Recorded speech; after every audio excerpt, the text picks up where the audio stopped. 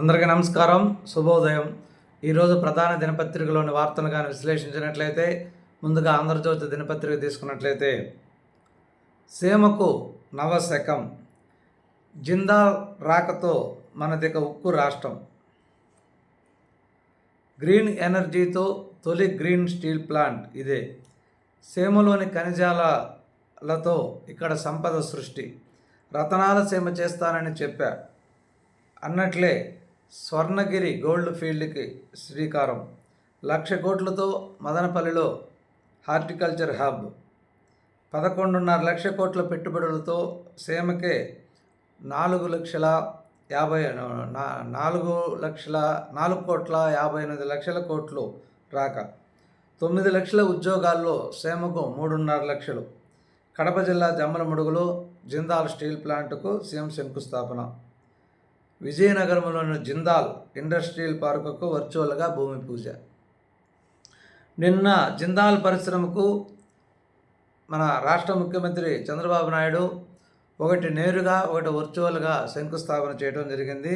విజయనగరంలో జిందాల్ ఇండస్ట్రియల్ పార్కుకు వర్చువల్గా, కడప జిల్లా జమ్మలమడుగులో నేరుగా స్టీల్ ప్లాంట్కు భూమి పూజ చేయడం జరిగింది. ఇక ఈ స్టీల్ ప్లాంట్ చరిత్రగా తీసుకున్నట్లయితే, ఎప్పటి నుంచో కడపలో ఉక్కు కర్మాగారం అంటే వైఎస్ రాజశేఖర రెడ్డి ముఖ్యమంత్రిగా ఉన్నప్పటి నుంచి గాలి సోదరులతో అక్కడ బ్రాహ్మణి స్టీల్స్ అని పెట్టి భూమి పూజ చేయించడం జరిగింది. అప్పటి నుంచి 2-3 సార్లు శంకుస్థాపన కార్యక్రమాలు జరిగినప్పటికీ కూడా గత ప్రభుత్వంలో జగన్మోహన్ రెడ్డి కూడా దానికి భూమి పూజ చేయటం, ఎలక్షన్కి ముందు కడప స్టీల్ ప్లాంట్ ప్రారంభోత్సవం ఎలక్షన్కి ముందు భూమి పూజ చేయడం జరిగింది. ఎందుకంటే ఆ భూమి పూజల్లో నిజాయితీ లేదు. ఇప్పుడు మన ఎన్డీఏ ప్రభుత్వంలో ముఖ్యమంత్రి చంద్రబాబు నాయుడు గారు మళ్ళీ జిందాల్ ఉక్కు ఫ్యాక్టరీకి భూమి పూజ చేసి 2 సంవత్సరాలలో మొదటి దశ పనులు పూర్తి చేసి ప్రారంభోత్సవం చేయాలని పరిశ్రమ ఎండీతో కూడా చెప్పించడం జరిగింది.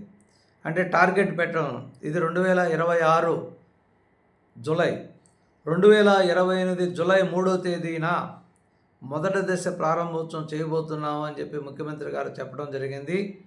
దాదాపు దీనివల్ల కొన్ని వేల మందికి ఉపాధి కలిగేటటువంటి అవకాశం ఉంది. అదేవిధంగా గ్రీన్ ఎనర్జీతో గ్రీన్ స్టీల్ ప్లాంట్ పెట్టడం మొట్టమొదటి మన ఆంధ్రప్రదేశ్లోనే సాధ్యమవుతుంది. అంటే అక్కడ అవసరమైన కరెంటు ఉత్పత్తి మొత్తం సపరేట్గా అక్కడే సోలార్ ఉత్పత్తి చేయబోతున్నారు. వాళ్ళకు సోలార్ ఇండస్ట్రీ కూడా శాంక్షన్ చేయటం, కొన్ని ఎకరాలలో సోలార్ ప్లాంట్ కూడా పెట్టడం, ఆ సోలార్లో ఉత్పత్తి అయిన విద్యుత్తుని ఈ ఉక్కు కర్మాగారానికి వాడటం అనే విధంగా దీన్ని తయారు చేస్తున్నారు. ఇకపోతే సీమలో ఉండే ఖనిజాలన్నిటితో కలిపి సంపద సృష్టి, పేరుకే రాయలసీమ, కరువు సీమ. నేను ఎప్పుడో చెప్పాను, రాయలసీమను రత్నాల సీమగా చేస్తా అని. ఒక కియా ఫ్యాక్టరీ అయితేమి, తిరుపతిలో అనేక ఎలక్ట్రానిక్ పరిశ్రమలు అయితేమి, రాబో రోజుల్లో మదనపల్లిని గ్లోబల్ హార్టికల్చర్ హబ్గా తయారు చేస్తాము. ఇటీవల కాలంలో కర్నూలు జిల్లాలో స్వర్ణగిరిలో గోల్డ్ ప్లాంట్ని ప్రారంభోత్సవం, అంటే జొన్నగిరిని స్వర్ణగిరిగా మార్చడం కూడా జరిగింది. ప్లాంట్ని ప్రారంభోత్సవం చేయడం జరిగింది. అంటే ఒక సిమెంట్ ఫ్యాక్టరీలు అయితేమి, కియా ఫ్యాక్టరీ అయితేమి, అనేక సోలార్ పరిశ్రమలు అయితేమి, ఇప్పుడు స్వర్ణగిరిలో గోల్డ్ మైనింగ్ అయితేమి, కొత్తగా కడపలో ఉక్కు ఫ్యాక్టరీ అయితేమి, ఇటీవల హీరో షోరూమ్లు అయితేనేమి, ఇటు శ్రీ సిటీ ప్లాంట్, టోటల్గా ఆంధ్రప్రదేశ్లో రాయలసీమ అనేది చాలా ఉన్నతంగా ముందు అభివృద్ధి చెందబోతుంది. ఒక హబ్బుగా, పరిశ్రమల హబ్బుగా తయారవుతుందనే దానికి ఇదే నిదర్శనం. అదేవిధంగా మదనపల్లిలో కూడా గ్లోబల్ హార్టికల్చర్ హబ్గా తయారు చేస్తాము. చిత్తూరు జిల్లాలో ఉద్యాన పంటలు ఎక్కువ కాబట్టి అక్కడ హార్టికల్చర్ హబ్గా దాన్ని తయారు చేస్తామని కూడా ముఖ్యమంత్రి గారు ప్రకటించడం జరిగింది. రాష్ట్రానికి, కుప్పానికి ఉత్తమ పరిశ్రమలు తెస్తా. ఆ తదనంతరం ముఖ్యమంత్రి కుప్పంలో కూడా కొన్ని పరిశ్రమలు శంకుస్థాపన చేయడం జరిగింది. ప్రతి కుటుంబం నుంచి ఒక పారిశ్రామికవేత్త రావాలి. కుప్పానికి ఉత్తమ పరిశ్రమలు తెస్తాము. కుప్పంలో 9,322 కోట్ల పెట్టుబడితో 27 పరిశ్రమలను ఒకే రోజు శంకుస్థాపన చేయడం జరిగింది. పాగూరుపల్లి సభావేదిక నుంచి అనేక పరిశ్రమలకు ఒకేసారి వర్చువల్గా శంకుస్థాపన చేయడం జరిగింది. పారిశ్రామికవేత్తలతో ఎంఓయూలు, పెట్టుబడులు, ఉపాధి ఎప్పుడో పూర్తి చేస్తారో వారితో ఎవరు చెప్పించిన ముఖ్యమంత్రి. అంటే ఇక్కడ ఎంఓయూలు కుదుర్చుకోవటం, వాళ్ళకి భూములు ఇవ్వటమే కాకుండా ఉత్పత్తిని ఎప్పుడు ప్రారంభిస్తారనేది వాళ్ళ నోటితోనే అక్కడ సభావేదిక నుంచి చెప్పించడం కూడా జరుగుతుంది. ఇకపోతే కొత్తగా కాగ్నిజెంట్ ఎస్సీజెడ్కు కేంద్రం అనుమతి. విశాఖపట్నంలో దాదాపు 9 ఎకరాలలో ఈ కాగ్నిజెంట్ ఎస్సీజెడ్ని ఇక్కడ ఐటీకి సంబంధించిన ఇండస్ట్రీలన్నీ వచ్చే విధంగా, అంటే జస్ట్ లైక్ సైబరాబాద్లో, హైదరాబాద్లో ఇది ఒక ఎస్సీజెడ్ పెట్టుంది. ఆ ఎస్సీజెడ్ అది ఎలాగో ఇక్కడ కూడా అదేవిధంగా ఒక ఎస్సీజెడ్ని తయారు చేయడానికి కాగ్నిజెంట్ పరిశ్రమ ముందుకు వచ్చింది. ఆ ఎస్సీజెడ్లో కేవలం అన్ని ఐటీ ఇండస్ట్రీలే, ఐటీ కంపెనీలు అక్కడికి రావడం జరుగుతుంది. ఇక్కడ నుంచి విదేశాలకు చాలా ఐటీ సేవలు కూడా ఎగుమతులు అయ్యేటటువంటి అవకాశం ఉంది. మహిళా బిల్లు పునర్విభజనపై ముందుకే కీలక బిల్లులను ఆమోదింపు చేసుకునేందుకు మోదీ సర్కార్ సన్నద్ధం. 20 నుంచి ఆగస్టు 13 దాకా పార్లమెంటు వర్షాకాల సమావేశాలు, జమిలీ ఎన్నికలు, పీఎం సీఎంల తొలగింపు బిల్లులను ప్రవేశపెట్టే యోచనలో NDA. NEET leakage, Ayodhya, petrol ధరలపై నిలదీతకు విపక్షాలు రెడీ. సర్ర ఓట్ల తొలగింపు పైన కూడా జూలై 29 నుంచి ఆగస్టు 13 దాకా పార్లమెంటు వర్షాకాల సమావేశాలు జరిగేటటువంటి అవకాశం ఉంది. ఈ సమావేశాల్లో మహిళా బిల్లు, పునర్విభజన బిల్లు తిరిగి ప్రవేశపెట్టి ఆమోదం పొందాలనే ప్రయత్నంలో కేంద్ర ప్రభుత్వం ఉంది. ఎందుకంటే మన 5 రాష్ట్రాల ఎన్నికల ముందు బిల్లు ఒకసారి ప్రవేశపెట్టి బిల్లు వీగిపోవడం జరిగింది. రాజ్యాంగ సవరణ బిల్లు ఏది ప్రవేశపెట్టాలన్నా కూడా 2/3 మెజార్టీ కావాలి. గత పార్లమెంటు సమావేశంలో మెజార్టీ లేక బిల్లు వీగిపోయింది. 5 రాష్ట్రాల ఎన్నికల తర్వాత రాజకీయాల్లో అనేక మార్పులు సంభవించాయి. పశ్చిమ బెంగాల్ తృణమూల్ కాంగ్రెస్ నుంచి దాదాపు 20 మంది ఎంపీలు ఇటు రావటం, శివసేన చీలిపోవటం, ఇప్పుడు రాబో సమావేశంలో డిఎంకే యొక్క ఆలోచనలో కూడా మార్పు వచ్చింది. డిఎంకే ఎంపీలు నేరుగా బిల్లుకు మద్దతు తెలకపోయినా గైర్హాజరయ్యేటటువంటి అవకాశం ఇవ్వటం ద్వారా బిల్లుకు పరోక్షంగా మద్దతు ఇచ్చేటటువంటి అవకాశం ఉందని చెప్పుకోవచ్చు. ఎందుకంటే తమిళనాడు ఎలక్షన్లో కాంగ్రెస్కి డిఎంకే చెడింది కాబట్టి, ఇండీ కూటమి నుంచి డిఎంకే మేము బయటకు తెగతింపులు చేసుకుంది కాబట్టి పరోక్షంగా వాళ్ళు ఎన్డీఏ ప్రభుత్వానికి మద్దతు ఇచ్చేటటువంటి అవకాశం ఉంది అని కూడా చెప్పవచ్చు.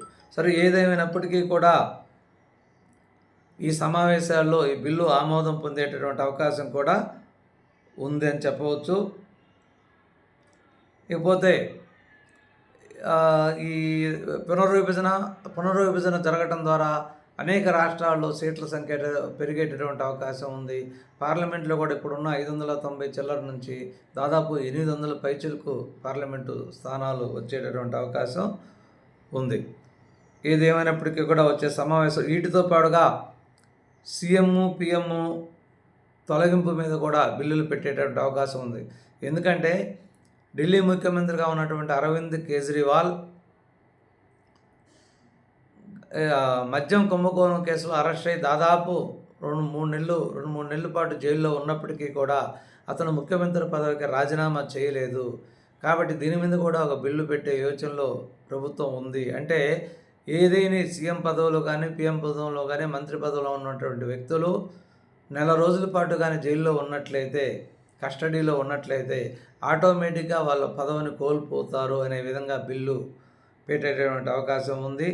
అదేవిధంగా ప్రతిపక్షాలు నీటు లీకేజీ పైన, అయోధ్యలో కుంభకోణం పైన, పెట్రోల్ ధరలు పెరగటం మంగా తగ్గించకపోవటం వలన వీటి మీద అన్నిటి మీద కూడా ప్రభుత్వాన్ని నిలదీయాలని వాళ్ళు కూడా సన్నిద్ధమవుతున్నట్లు తెలుస్తున్నది.